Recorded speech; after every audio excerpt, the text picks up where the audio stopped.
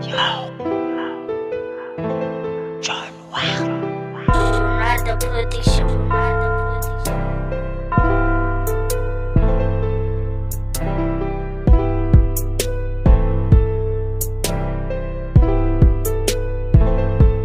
Yo, zaho manonta fady, manao zavatra tsy mety, tsy mivavaka alahady fa leoko mamonjy fety. Efa tsy voavondro trony, marobe reo adalana, fahotako, efa tena nigagana. Nefa ianao, miandry foana niverenako, mifonao ray, ze zaka vita nanenenako.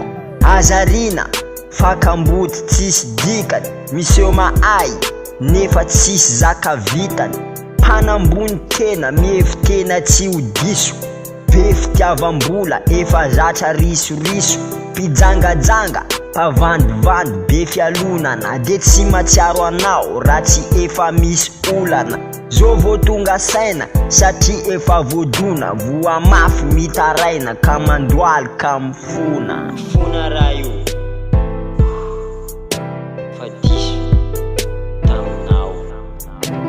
Fona raha io diso taminao, mamela raha io fa tsy mety zay natao. Mibaboka aminao, raha sora azo atao. Mifona raha io ity zanakao. Yo, reo mpitondra ambony, mamela azy raha mba mety, izy reo mba kara zao, mpanambaka fetsifetsy. Zahay mba miady foana fa de volo tsy mety resy, fa manomboka androany iantso anao zao ikofesy. Ny anaranao ne ho amasinina ilay tsy toa, ianao le tokana ka tsy manam-paharoa. Ianao tsy miova fa zahay be siasia, natafadiso mbola antsona hoe avia. Efa ampy zahay fa tsy amerina misisa, fa raha ny fahotako maromaro tsy voisa. Raha ny tena izy de tsy andova paradisa, fa ny indra fonao mino zay fa tsy oritra. De manantena ho voavonjy lay fanay, de ny fiadananao no irotsaka aminay.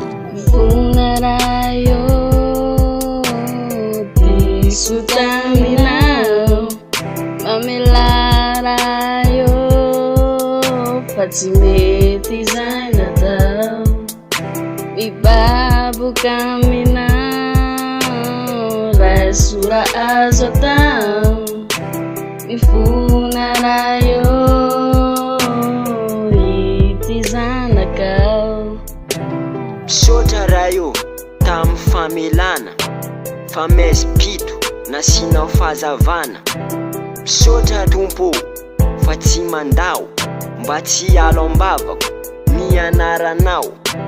Raha sendra olana de azarina, fa ianao no iady izahay angina. Mifona raha io diso taminao, mamela raha io fa tsy mety zay natao. Mibaboka aminao, raha sora azo atao. Mifona raha io